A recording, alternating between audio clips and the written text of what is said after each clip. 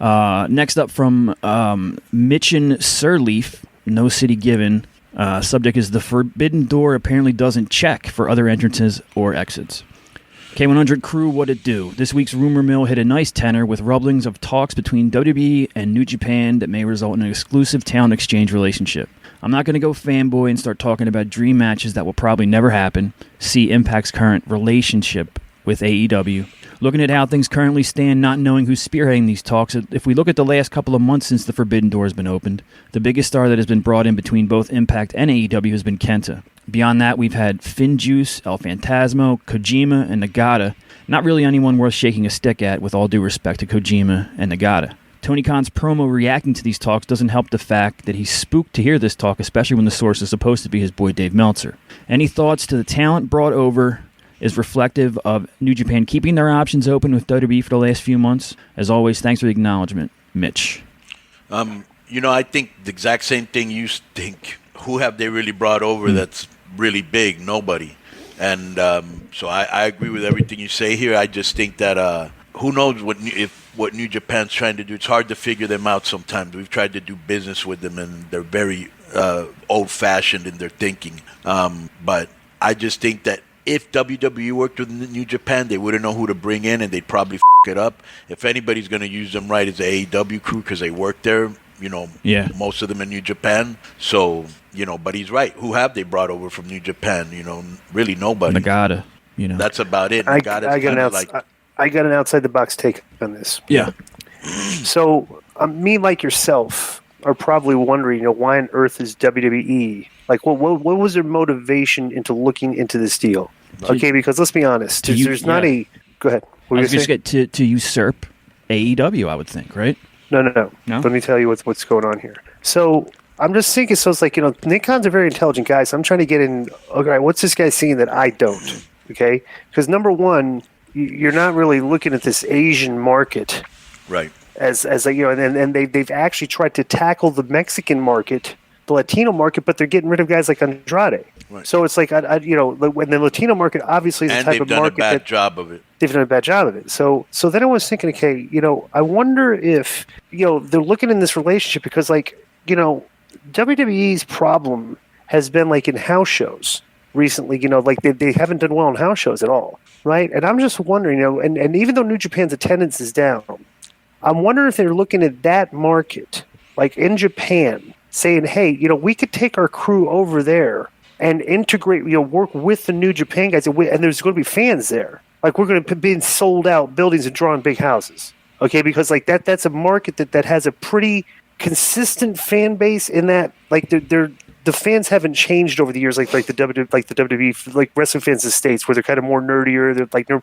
Their fan bases remain pretty consistent with the type of people they draw. So then I was thinking, okay, so you're looking at this, possibly, the Asian market in Japan, sending our guys over there because there's fans. And let's be, Conan, you said you don't think that WWE would know how to book these people, but and the AEW would be better. I'm just wondering if they're looking at the way that, look at NXT and look at the way they're producing the Japanese and Asian talent. Right. They're giving them a superstar feel with the packages. Right. So I'm wondering if they think with their production machine, if these guys can't speak English, but our production is so good, the way we present characters and make them look like larger than life superstars, like they did with Io Shirai and the Jaya Lee, something. I'm thinking they think we can do that with these guys and make them more interesting. But because let's be honest, Asuka hardly speaks a lick of English and she's super over. So I wonder if they're thinking, we could probably get I bet you Vince is probably saying, well, we can't get these, and this Nick Khan's going, I think we can get some of these Japanese guys over if we produce them correctly. Well, I'm just wondering if that was the mindset that they put into this. At one point, all those factors considered. Nakamura was their biggest star at one point, and he came over and hasn't exactly, he's good, but he hasn't done what people expected him to do, really. Conan, who I just think that's so weird. I just think that's so weird because even though you make a valid point, I just think that, they have Lucha Libre, which has more of an influence in Japanese wrestling in right now, and it's right across the board, and you can get talent cheaper, and there's way more Latinos than there are Japanese in the United States. Why aren't you going after that market? Who would you consider a big deal to come over anyway? I mean, I haven't paid that much attention. Even if you look at baseball's totally dominated by Latinos right now. What? Or Joe, there's another thing too. Maybe this is a way. This is remember how we talked about when WWE put NXT on regular TV on Wednesday night. Mm-hmm. And I just said, well, that's just to F with the AEW, just the kind of program, right? Right. This could also be a spot where they're saying, like, this is a what do you call it? This is a way we can counter program against them. They're trying to work with New Japan. Well, what if we go in and take that away from them? Right. There's just I don't know. It'd be interesting to hear him on one of these calls. Right. And who even knows if when Tony Khan made that comment, yeah, there's only one Khan in the business, and you're a con man and all that. If the guy heard and said, "Oh, really?" We'll see what's up. You never know. What if Russo was right all along and that they are actually working together all this time? Is that what Russo's saying? Well, he said that in the beginning. Yeah. Remember way back we talked about that. He was talking about he thinks they're working. Yeah. No, there's real heat there, bro. Yeah. I just I don't see how big a deal it is. Maybe I'm not that fan, but who are they going to bring over? That's going to be like super exciting for any company. It's just Okada. No, Tanahashi, Ospreay. Yeah, Zack Sabre Jr. For their fan base, that's what I mean. Yeah. How about this? Maybe they're thinking that because here's another thing too. The AEW fan base is kind of separate from the WWE fan base, right? Right. I'm wondering if they're thinking, well, maybe we can get some of these AEW fans that just are completely do not want to watch WWE program because it's like they're the could be true. Yeah.